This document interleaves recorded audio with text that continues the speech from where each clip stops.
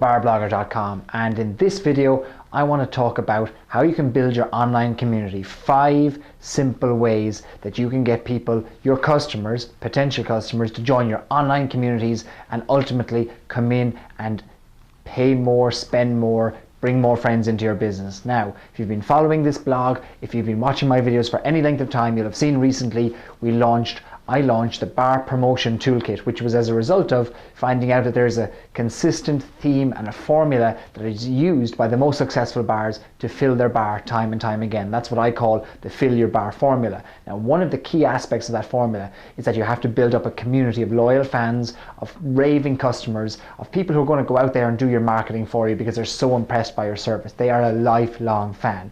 Now, how do you build that community? To begin with, I often get this question and people say to me, I've got such a small following on Facebook and Twitter, I could never build a big community. Well, Rome wasn't built in a day, and it takes, it's strategic, but it takes step by step. If you follow step by step, you're going to build up a community if you're consistent with your efforts. Now, I've got 5 ways that you can build up your online community, and when I talk about building an online community, I think of an online community as very similar to the community you have in your bar. You talk to them, you engage with them, you find out what they're interested in, you try and give them what they want. It's exactly the same online as it is offline, it's just a different platform. The idea being that the online platform allows you to communicate with far more people, far more efficiently than you could ever, even around your bar.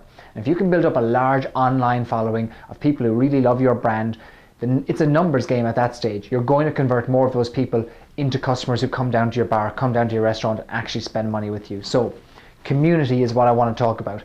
5 ways to build your community. Now, in order for you to build your community, your customers and your potential customers have to know that you've got an online community.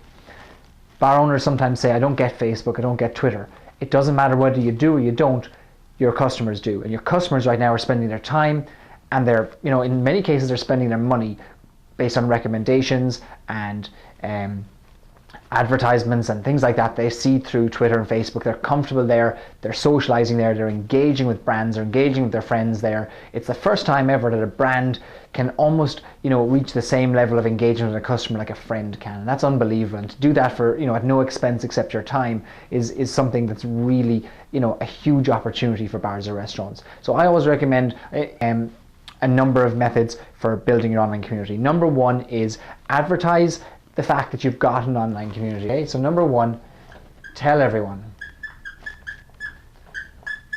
Tell everyone about your Facebook page. Tell everyone about your Twitter page. Tell everybody what you're doing at Foursquare. How do you tell them about it? Well, you can tell them about it in a number of ways. I would say, let's not make that number 1. In fact, let's make that the overall heading. Okay, tell everybody about it. And then number 1 we're going to make here is check inserts. Okay. That's the first way you can do it. Tell everybody about what's going on in your online community with check inserts. Every time you hand out the check, you have an opportunity to give somebody an incentive or give somebody a reason to give you their email address or their cell phone number or their Facebook name, whatever it is you want to get from them. Now is that's your real opportunity. Let's face it, everywhere we go now, no matter what we buy a pair of jeans, we're asked for our email address. It's unbelievable, but big brands have recognized the value of the continuing conversation. How they continue that conversation afterwards with a customer can help them sell them more. So it makes sense for smaller businesses to be doing exactly the same. So in the check insert, ask people to join your VIP club, ask people to join your mailing list and get 10% off their next visit, or they'll get a free draft beer next time they come in, something like that. Whatever the incentive is, it's got to be worth more than the email address. Okay, so think about that. Think about how many times people ask for their email address and give them a reason to give it to you. Okay, so you can build up your database.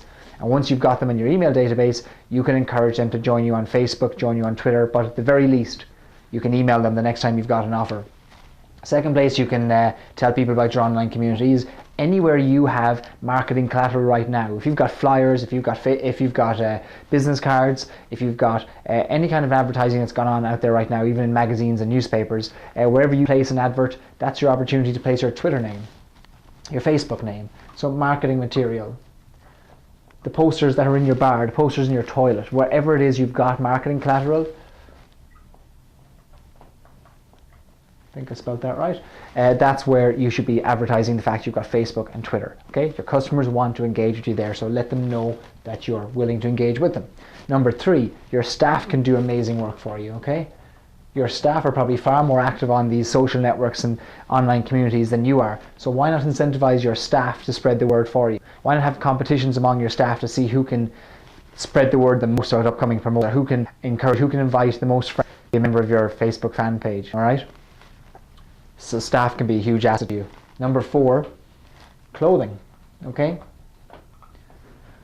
I've noticed from dealing with bars and restaurants that suppliers are like to give you free t-shirts and free clothing for your staff anymore. Okay, so it's up to you to actually do the work and put your hand in your pocket and actually have t-shirts printed and uniforms printed for your staff, whereas previously vendors all just too willing to do it. But times are certainly tough for them as well. So clothing, that's where you can do it. So I've saw in one restaurant recently, or in one bar, on the back of the girls' t-shirts, you want to tweet and just put their Twitter name, the Twitter name of the bar. Be that purple cow, that thing when you're driving down the road and you see a purple cow in the field and you stop and you think, wow, it's a purple cow, what's that all about? Okay, it stops and makes you think that be your purple cow. Number 5, run a competition among customers. Okay, you could run a competition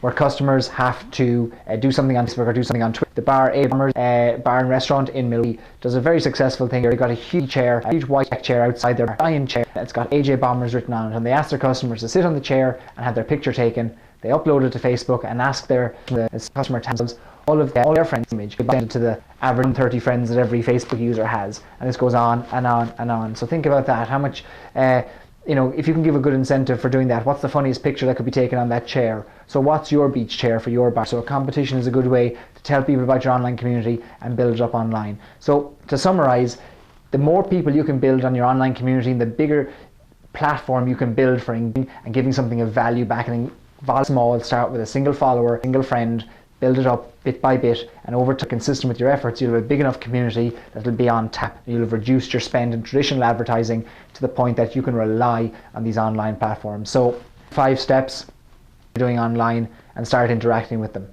If you want to interact with me, you'll find me at thebarblogger.com website, and on Twitter @thebarblogger, and on Facebook, facebook.com/thebarblogger.